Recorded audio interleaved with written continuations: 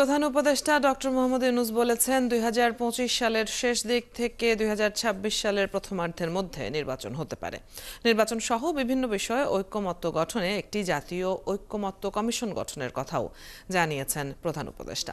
ছাত্র জনতার অভ্যুত্থান পরবর্তী প্রথম মহান বিজয় দিবস উপলক্ষে আজ সোমবার জাতির উদ্দেশ্যে দেয়া ভাষণে তিনি কথা বলেন।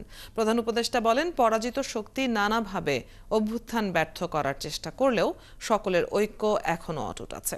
মিল্টন আনোয়ারের প্রতিবেদন। মাস আগে একটি অসম্ভব সম্ভব হয়ে গেল। স্বৈরাচারী সরকারের পতনের পর অন্যরকম এক বিজয় দিবসের সকালে জাতির উদ্দেশ্যে ভাষণ দিলেন প্রধান উপদেষ্টা ডক্টর মোহাম্মদ ইউনূস। ১৯৭১ ও ২০২৪-এর শহীদদের প্রতি শ্রদ্ধা জানিয়ে প্রধান উপদেষ্টা বলেন, পরাজিত শক্তি এখনো ছাত্র জনতার অভ্যুত্থান ব্যর্থ করার অপতৎপরতায় জড়িত, কিন্তু অভ্যুত্থানের সময় গড়ে ওঠা ঐক্য অটুট আছে। পরাজিত শক্তি তাদের পরাজয় কিছুতেই মেনে নিতে পারছে না। তারা প্রতিদিন দেশের ভেতরে এবং বাইরে থেকে জনতার অভ্যুত্থানকে ব্যর্থ করার জন্য বিপুল অর্থ ব্যয়ে নানা ভঙ্গিতে তাদের চেষ্টা চালিয়ে যাচ্ছে। ৪ মাসের ব্যবধানে আমাদের ঐক্য কোথাও শিথিল হয়নি। নতুন বাংলাদেশ গড়ার সংকল্পে আমরা অটুট আছি।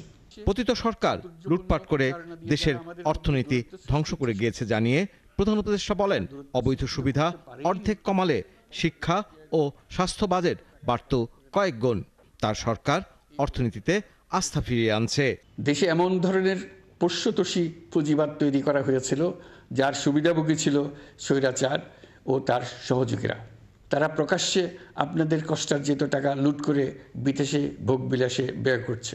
বিশ্বব্যাংক সহ অন্যান্য সকল দাতা প্রতিষ্ঠানসমূহের কাছে আমাদের অর্থনীতির ভবিষ্যৎ সম্বন্ধে আস্থা প্রতিষ্ঠিত করতে অন্তর্বর্তীকালীন সরকার সক্ষম হয়েছে। গেল ১৫ বছর তরুণরা ভোট দিতে পারেনি, তাই তরুণদের ভোটাধিকার নিশ্চিতে কোনো গলদ রাখা যাবে না জানান প্রধান উপদেষ্টা। গত ১৫ বছরে যারা ভোটার হওয়ার যোগ্য হয়েছে তাদের সবার নাম ভোটার তালিকায় তোলা নিশ্চিত করতে হবে। রাজনৈতিক দলগুলো বারবার নির্বাচনের পথরেখা ঘোষণার দাবি জানাচ্ছে। প্রধান উপদেষ্টা বললেন, সংস্কার শেষে ২০২৬-এর শুরুতে হতে পারে জাতীয় নির্বাচন, হবে জাতীয় ঐকমত্য কমিশন।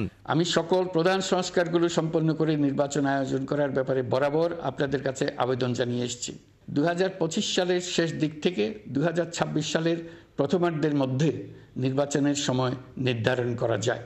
নিত্যপণ্যের দাম কমানো সহ কিছু বিষয়ে সরকার এখনো পুরোপুরি সফল হতে পারেনি জানিয়ে প্রধান উপদেষ্টা বললেন, রমজানে পণ্যের দাম সহনীয় রাখার চেষ্টা করা হবে, কোনো কারসাজি করলে ছাড় দেওয়া হবে না।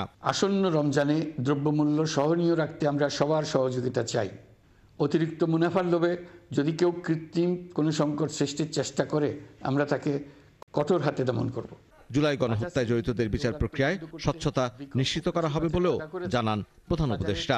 আত্মপক্ষ সমর্থনের সব ধরনের সুযোগ তারা পাবেন। নতুন বাংলাদেশে নারীরাও সমানভাবে থাকবেন জানিয়ে প্রধান উপদেষ্টা বললেন, এই বাংলাদেশ হবে সব ধরনের ভয়মুক্ত। সংখ্যালঘুদেরকে সংখ্যাগরিষ্ঠদের ভয়ে ভীত হতে হবে না, নারীকে পুরুষের ভয়ে ভীত হতে হবে না। মিল্টন আনোয়ার, ৭১, ঢাকা।